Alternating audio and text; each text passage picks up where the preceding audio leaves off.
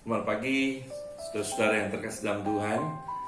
Biasanya saudara saya menulis setiap hari, tetapi rekan-rekan memberikan input agar sungguh bisa disampaikan secara visual. Dan saya pikir ini baik, dan saya coba saudara-saudara hari ini untuk menyampaikan firman Tuhan secara visual kepada saudara-saudara sekalian. Saudara, hari ini kita ingin bersama-sama melihat bagaimana pekerjaan Tuhan yang luar biasa. Maksud saya luar biasa adalah hari ini kita akan melihat Tuhan memakai seorang nabi Tuhan, seorang yang bernama Elia. Tapi Tuhan juga memakai seorang janda miskin, janda di Sarfat. Saudara, sangat menarik kalau kita perhatikan, saudara, bahwa ketika krisis yang terjadi di daerah Israel, saudara-saudara, itu juga berdampak di daerah-daerah sekitarnya, di negara yang lain, saudara. Nah, ternyata kalau kita perhatikan di Sidon, di Sarfat pun terjadi yang namanya krisis ini, saudara. Krisis ekonomi yang terjadi di belahan dunia juga berdampak di Indonesia. Epidemi virus yang terjadi di belahan dunia juga terjadi, bukan saudara-saudara, di Indonesia. Tapi Tuhan ingin, sudah begini, bagaimana respon kita, saudara, yang sangat menarik. Nah, hari ini sudah kita belajar dari respon seorang janda Sarfat yang sudah tidak punya suami dan memiliki seorang putri, saudara. Saudara, yang sangat menarik kalau kita perhatikan siapa janda ini, saudara. Saudara, kita tidak banyak mencatatnya.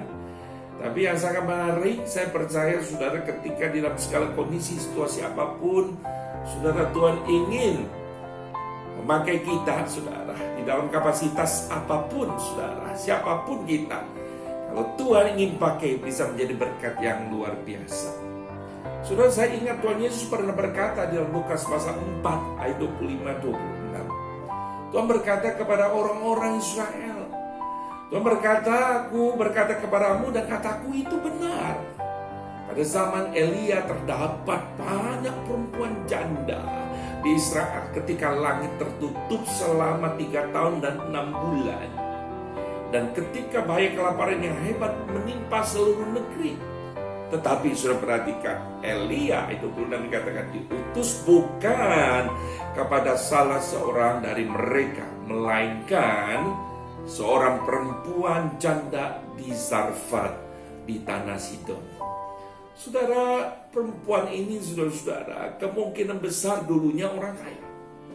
Kenapa orang kaya, saudara-saudara? Karena kalau kita perhatikan bahwa wanita ini, saudara, punya rumah, ruangannya, saudara, ada di upper room. Dia punya kamar di atas. Pada zaman itu, saudara, jarang orang sudah punya rumah yang punya kamar lebih daripada satu. Karena pada zaman itu orang-orang biasanya, saudara, kamar hanya dipakai untuk tempat istirahat. Jadi paling tidak orang yang sebenarnya punya kamar lebih dari satu, dia punya rumah bertingkat, saudara, paling tidak, saudara, dia adalah orang yang kaya. Tapi saudara, apa artinya dia punya rumah yang besar, tapi kondisi semua orang mengalami krisis, tidak bisa dijual, saudara. Rumahnya tidak ada orang yang mau beli. Tapi saudara-saudara, yang sangat menarik saat ini dalam kesulitan dan pergumulan seperti ini, Tuhan utus seorang nabi Tuhan bertemu dengan janda di Sarfat ini. Kita tidak tahu siapa namanya. Tapi yang sangat menarik, saudara, perhatikan adalah bagaimana respon dari wanita atau janda Sarfat ini, saudara. Saudara, pada waktu Elia berkata, beri aku minum, saudara, perempuan itu sudah mengambilkannya. Tetapi firman Tuhan berkata, perempuan itu menjawab, demi Tuhan Allahmu yang hidup, sesungguhnya tidak ada roti padaku. Pada waktu Elia meminta makanan kepada dia, meminta dia membuatkan seketul roti kepadanya. Tapi saudara-saudara, pada waktu hamba Tuhan itu berkata, mengajarkan bicara tentang berbagi, saudara, ini ada sebuah ujian, saudara.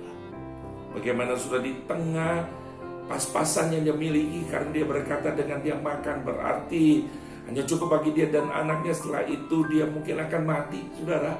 Tapi pada waktu seorang hamba Tuhan menyampaikan apa yang Tuhan sampaikan, saudara, wanita ini percaya, saudara. Dia memberikannya. Dan tentu saudara, berbagai orang yang percaya. Bantuan ini, wanita ini, saudara, percaya kepada Tuhan. Janda ini saudara percaya penuh kepada Tuhan, beriman kepada Tuhan, dan dia sangat menghormati saudara utusan Allah. Sehingga Alkitab berkata dia memberikan ruang upper-room-nya kepada Eli. Saudara, hari ini saya ingin ajak kita bersama-sama dalam renungan singkat ini, saudara. Banyak di antara kita berkata bahwa kita kondisi sulit, banyak orang yang sulit juga, saudara. Tapi bagaimana kita juga bisa, saudara, punya hati seperti Tuhan untuk berbagi, ambil bagian, saudara. Tuhan memberkati kita sekalian. Saya berdoa dimanapun saudara berada, Tuhan menyertai saudara, Tuhan menguatkan imanmu. Sampai bertemu dalam pertemuan yang akan datang. Tuhan Yesus memberkati saudara sekalian. Amin.